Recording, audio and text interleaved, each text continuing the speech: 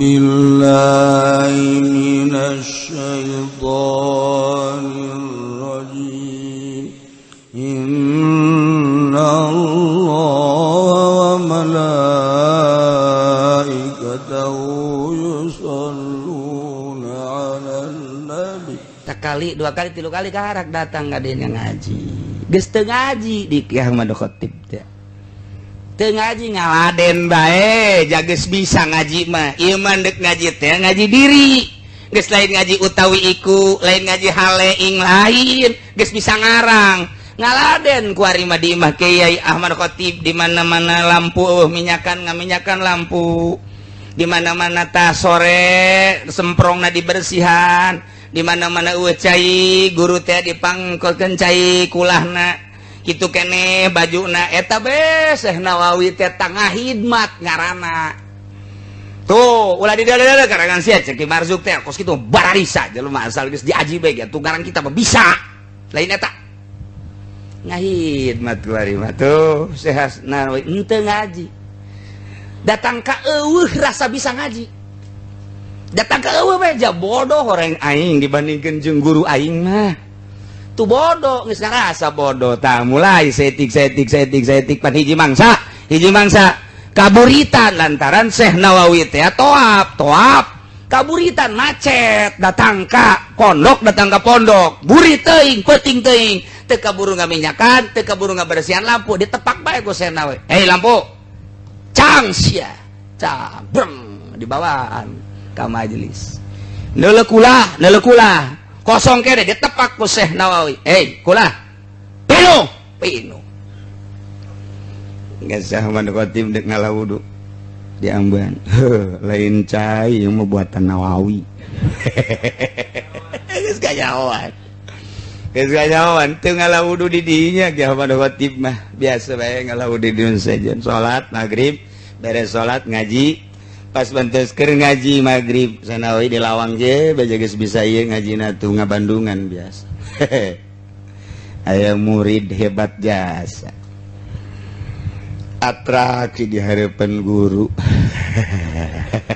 cek Sanawi wah ka aing asana ieu ka aing ka jeung kuku wah ge geus beda rarasaan geus tungkul bae coba ka dieu kabehan delekeun deula ya mama dibuka baju jubahna dicokot di kelekna set buah naon ya rambutan wah ieu menang ti Pandegelang cenah ieu rambutan ieu tenden cokot deui belah katuhu set naon ieu weh salak Bogor tah mah salak cokot belah di gimana ada berat cek Ahmad Khotib naon ieu naon waduh kadu kadu bisa mama ge kos kitu ulah sok diputar di peta teu kaburu mah teu kaburu bae biasa bae ulah sok aja ditupak ditepak cek Nawawi aing kanyahoan aduh tah ieu teh nafsu tadi geus asa bodoh kuari asa pinter dina permainan panurang Pandegelang mah sosoreun kos kitu karang teu teurak dikadek bae geus waduh leungeun baju dikaluhur-luhurkeun bae asal ngomong naon aing Pandegelang pan Ciomas bisa digo aing sombong boga kos kitu teh ulah cek Ahmad Khotib bisa mah bisa bapiceun ilmu kos kitu tah sok inget ka almarhum Bapak Kolot ku laki agrat nyana geus basantren di Benda Kerep nyana geus hebat jasa luar biasa masantren ka Mama Bakri ti dieu berangkat ka ditu datang lantaran naik kareta can salat zuhur can salat asar datang ka ditu langsung maghrib berjamaah milu ngaji di surah pan ku mama cek jadi teh aya murid milu ngaji atuh ngaji diheulakeun ai kodon can jauh ka aing teh cek Bapak Kolot ti aing ka surah cek jadi teh aduh gas isukna kodo ngaji deui maghrib enak ngaji mangaji bae ulah sok ngagugulung ilmu hikmat segala teterak ditembak segala teterak dikadek mangkaning nyana menang ti kiai di dia di Jati teh eta Kibar Mawi asaknya nama ilmu hikmat ti almarhum Kibar Mawi datang ka ditembak ngebul atuh Kibar Mawi lah cek ilmu kos kitu mah ilmu samperan piceun hayang jadi jelema mah yo cek bapak kolot ka aing deui bae piceun ilmu hikmat geus moal diwirid ngaji deui ka 3 penting ngaji si boga pikiran cek geuna ieu cicing mending dimitoha apa di lembur sorangan atuh kunaon boga pikiran kos kitu kumaha bakri kajahoan bae kajahoan ngaji mah ngaji bae kumaha Allah metakeun ieu mah ngaji lain mikiran ngaji endahan mending dimitoha apa mending di imah sorangan dimitoha mal bener boga pikir geus kakarak dipiceun kabeh mentah hampura aya ngaji mabruk ilmuna mabruk tah guru batin teh kos kitu masyaallah nah ieu mentah hampura Syekh Nawawi ka mamah ha geus diampura ulah boga rasa hebat jelema kakara kuari boga ilmu asa geus teu boga ilmu bodoh boga pakamonesan dipiceun geus Syekh Nawawi teh geus boga dirina ge asa eueuh geus eueuh bae perasaan bodoh luar biasa kakarak disanggakeun deui ieu wa ieu coba ieu karangan ieu piceun nu eta mah nyieun deui Syekh Nawawi eta keneh ngan kulantaran nyieunna baheula aya boga rasa hebat titah dipiceun wari nyieun deui sangeus nyieun deui diangsongkeun tah mun ieu bagus ngan deuleu tuh ditungtungna tuh kurang alif hiji kanyahoan kurang alif hiji kanyahoan mun babejak ka Habib Rojak ge sarua coba ieu Habib udah enggak usah dilihat lagi emang kenapa susah eta para wali mah kos kitu agarek bareng dideuleuan jahe ieu kurang alif hiji alifan padahal teh dideuleu teu naon kok bisa kanyahoan wallahu a'lam tulis ku Syekh Nawawi guys terus ke nya geus teu boga rasana naon ngarang teh lillahi ta'ala bu ieu mah lain kitu awas ya karangan aing tah ciptaan aing lamun deuk dipotokopi bebeja heula kanu bogana naon sababna atuh aing hayang menang bagian atuh tah eta kos kitu la yajuzu taubu ila biizni nakilihi eta kos kitu teh ceuk ahli tasawuf mah tanda teu ikhlas lamun ikhlas keparkeun satungtung bener ulah sieun-sieun teu kudu bebeja deui sok mama geus izin perbanyak bere pokona mah lamun memang jang halayak rame make laya juzu tobu nu mantak abah mah lamun aya kos kituan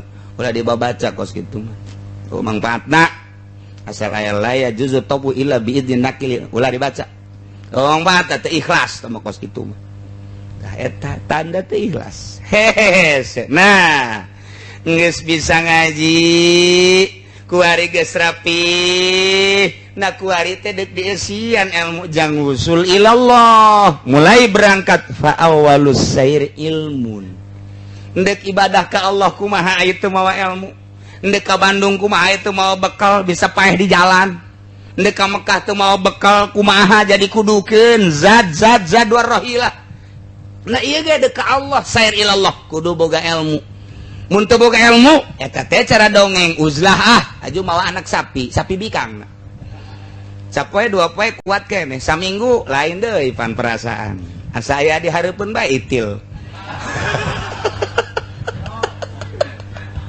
ji atuh deuk kumaha deui 10 poe mah puyeng aduh geus teu katahan di luhur zikir dihandap utek-utekan milu zikir deui nyana je sakit ieu aing uzlah kumaha ieu ngadeuketan Allah barang neuleuh sapi bikangna ditumpahkan pon ku nyana banyak uzlah numpakan anak sapi eta daun eta ilmuwan nu kos kitu pan cenah endek ngaluhurkeun agama Allah pan atuh ngagigiring zaki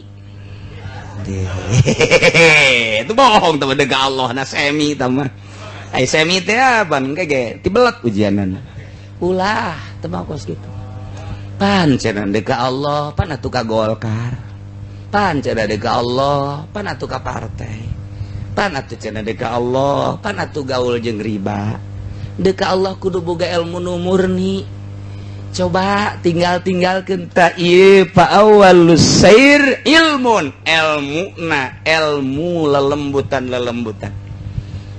jadi timimiti ilmu syariat kuari naik ka tarekat pan ieu deuk usul ilallah atuh lamun ka partai mah usulna ila duit atuh lamun ngagi gulung nu kos kitu mah teh jadi tim sukses usulna teh ila ilopa Sarinyana alhamdulillah cenah anugerah ti Gusti Allah kajian pager kan Bun. Aduh alhamdulillah cenah kabeli mobil, alhamdulillah kabeli motor, atuh usulna kadinya. Lantaran memang sair nage kadinya, ai sair ilallah supaya wusul ilallah. Kaluarkeun nu kos kararit. Ieu mah ngaji ilmu wali. Ngaji ilmu wali ieu mah kaluarkeun nu kos kitu. Imbung haram. Besi teu usul ke Allah. Begitu sasalaman dibere, ulah leutik teuy. Anu ada kandol saeutik atuh. Iyalah fa awwalus sair ilmun. Beres aya bahan di urang maca kitab bisa, maham bisa, nyurahkeun bisa. Kemudian ku urang geus diatur ruhna, summa amalun beramal ku hari. Salat, ngaji Quran geus menuju lillah. Peting udang-udang Allahu Akbar lillah, silaturahmina lillah, ngariungna lillah. Ka Allah bae mantak ngamaknaan la ilaha illallah nage la maqsuda bihaqqin fil wujud illallah. Nu dimaksud kalawan hak kecuali Allah. Geus kabeh ge salat maksud ka Allah, puasa maksud ka Allah, zakat maksud ka Allah, haji maksud ka Allah, silaturahmi maksud ka Allah, ngaji maksud ka Allah, pidato maksud ka Allah. Dek berpartai ge masalah asal nu dimaksud kecuali Allah. Pek baik. Dek organisasian pek asal ulah anu dimaksud Allah kecuali Allah. Sila urang dek jadi tim sukses no problem. Masalah asal maksudnya ke Allah. Sakitu bae. Aku teh cek kaji pudoli. Iya. Geus ka Allah bae, asal disungut bae heulanan. Ka Allah. La maqsuda bihaqqin fil wujud ilallah. Encan naik deui engke la maqluba. Encan naik deui engke. Terus naik deui sesuai jeung makom-makom. Kuari berangkat kudu boga ilmu, berarti aya nu nungtun guru. Kuari beramal aya nu ngaping guru. Geus beres kakarak summa halun. Ti dieu bakal timbul naon hal zauk teh nyicipi urang mun nyayur. Geus akur ieu teh rukun sayurna. Mun teh mah urang nyayur asem tina ngongoraan, kemudian laja asem dan lain sebagainya. Coba rasana kumaha? Icipan ku urang sayur. Ngeunah geuninganan ieu sayur kurang aseman, kurang uyahan, kurang lajaan. Lieh ibadah ge sarua bae. Sok kurang nyai-nyayan, ngeunah geuning geus karasa kurang zauk, boga rasa nikmat. Lantaran ieu hate teh dijazab ka Gusti Allah, ditarik dikaga Allahkeun situasi jeung kondisi kumaha bae, ieu dijazab hate urang teh geus dikaluarkeun dunia, dikaluarkeun makhluk nafsu jeung setan, kajazab katarik ka Gusti Allah, geus aya ner ngeunah. Geus ngeunah mah atuh waduh mantep biasa deh nangkep. Asal geus ngeunah nangkep. Nyaho-nyaho ngagoler bae geus. Tuh, Habib Rozak mah kabudak deui bener. Waduh. Nah, asal geus diicipan ngeunah summa surbu ngaregu. Nikmat geus. Jadi berarti kuari mah geus menghayati nikmat rarasaan teh. Jadi ngeunaheun hese nyaritakeun ngeunah dina ibadah mah. Nyaritakeun Allah asa dihareup. Nyaritakeun gerakan-gerakan teh asa duk Allah. Allahu Akbar. Sejuta rasa. Aya uyahan, aya aseman, aya lajaan, aya lada-ladaan saeutik, aya seungit-seungit nangkang ngoraan. Masya Allah, aya jagongan, aya sagala rupa rasa didinya aya ketika urang Allahu Akbar. Sorati Allah, gerak ti Allah. Babacaan lain babacaan urang, babacaan ti Allah, gerakan nangtung kieu teh ti Allah. Eta teh lain kudu dihayalkeun diomongkeun kitu, geus aya di jerona. Nu mantak atuh takbirna ge teh Allah. Sakaula salat asyar 4 rakaat baru kenal bar. Atuh tama ngahayal kos itu mah. Ngaranna eta mah kos kitu mah kitu ngaco. Cek Allah teh sia kos jeung saha bae salat pan sia nyaho salat ge ti aing. Sia nangtungna ge nangga gerakeun aing. Atuh kunaon kikituanan di hareupeun aing. Pan aing aya. Sia basa kumaha ngahareupan RT. kalau ieu sia nang aing geus asal Allahu Akbar di jerona geus aya rasaan eta kos nu tarutain eta aya lain salat baik jas sia endek nginum ge endek nginum geus aya kos nu tarutaina buktina nyokot gelas berarti sia bener dek nginumna aya kos nu tarutaina di jero hate sia teh hayang cai es jamual nyebut moal kan nu panas kertek hate hayang nu tiis cai es kertek hate hayang nu panas atuh cai panas eta geus aya kos nu tarutaina atuh kunaon ku ari salat Allah sajaga ulah salat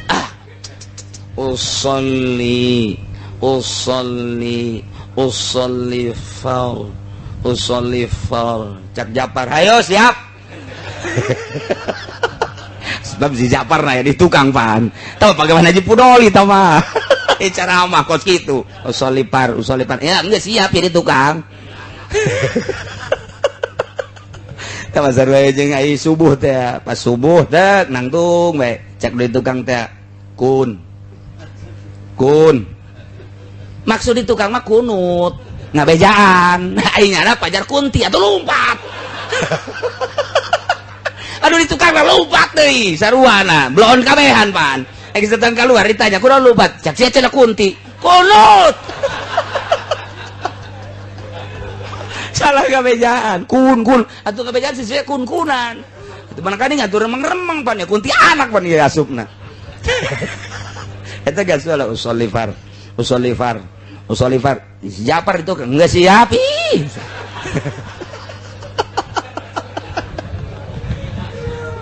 aduh tebareres biasa Masya Allah naya ilmun dua amal kadua katilu amal katilu hal opat zauk 5 surbu nah kagenep sakar di dieu mah luar biasa ya wallah